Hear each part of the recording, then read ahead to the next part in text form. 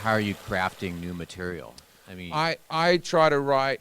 I when I was living in Britain, I went to the Edinburgh Festival every year, and that was sort of like a quarter of my income. So it gave me a good work ethic because I had to do a new hour every year there, and I did that 9 years in a row.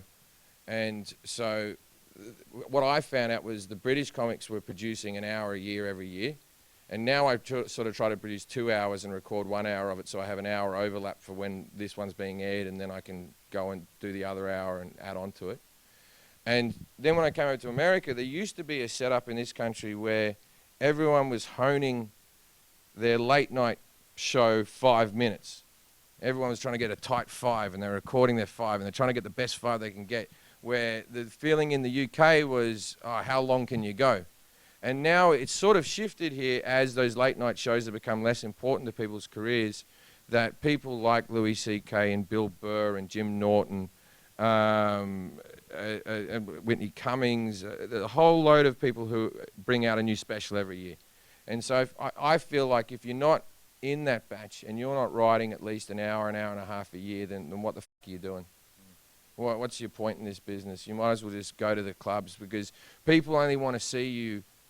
There's so many bitter comics in this industry that have the best 20 you've ever heard, the best 20, the tightest 20, and they play the clubs, and they're always sitting in dressing rooms going, why did I never make it?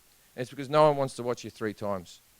They see you once, they thought it was good, they see you twice, and then they go, oh, well, that's what he always does, or she always does, and then that's the end of that. So repeat, I almost feel like quantity is almost more important than quality, which sounds like a terrible thing to say, but I really think that quantity is the most important thing in the business now. Especially with, you do a joke, it's on the internet, it's recorded by a thing. I feel like this Periscope thing is going to be really hurtful for stand-up comedy, because people will be doing it in the audiences, and all the new material will be burnt before people can put them onto specials. But that's another day and another argument. well, that's another thing that a lot of comedians would talk about, is that the cell phone and what everybody is recording you. Yeah. I mean, it sounds like it has its positive aspects, but there are also people who say it's sort of a chilling thing when it comes to trying out new material. that, well, see, when I was saying stuff on YouTube, was always whenever I did a TV spot, someone would take it off the TV.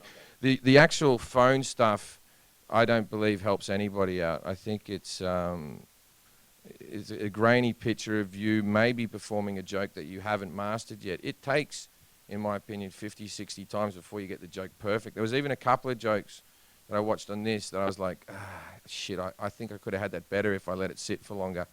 But I recorded it maybe a bit too soon, you know. And so if you're trying to work a routine and you haven't got it quite right, and someone's recorded it and put it on YouTube, then it already feels like the bit's over.